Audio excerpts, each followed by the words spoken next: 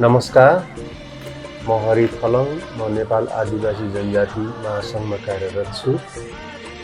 नेपालका समस्त आदिवासी जनजाति समुदायलाई 32औं विश्व आदिवासी दिवसको शुभकामना व्यक्त गर्न चाहन्छु।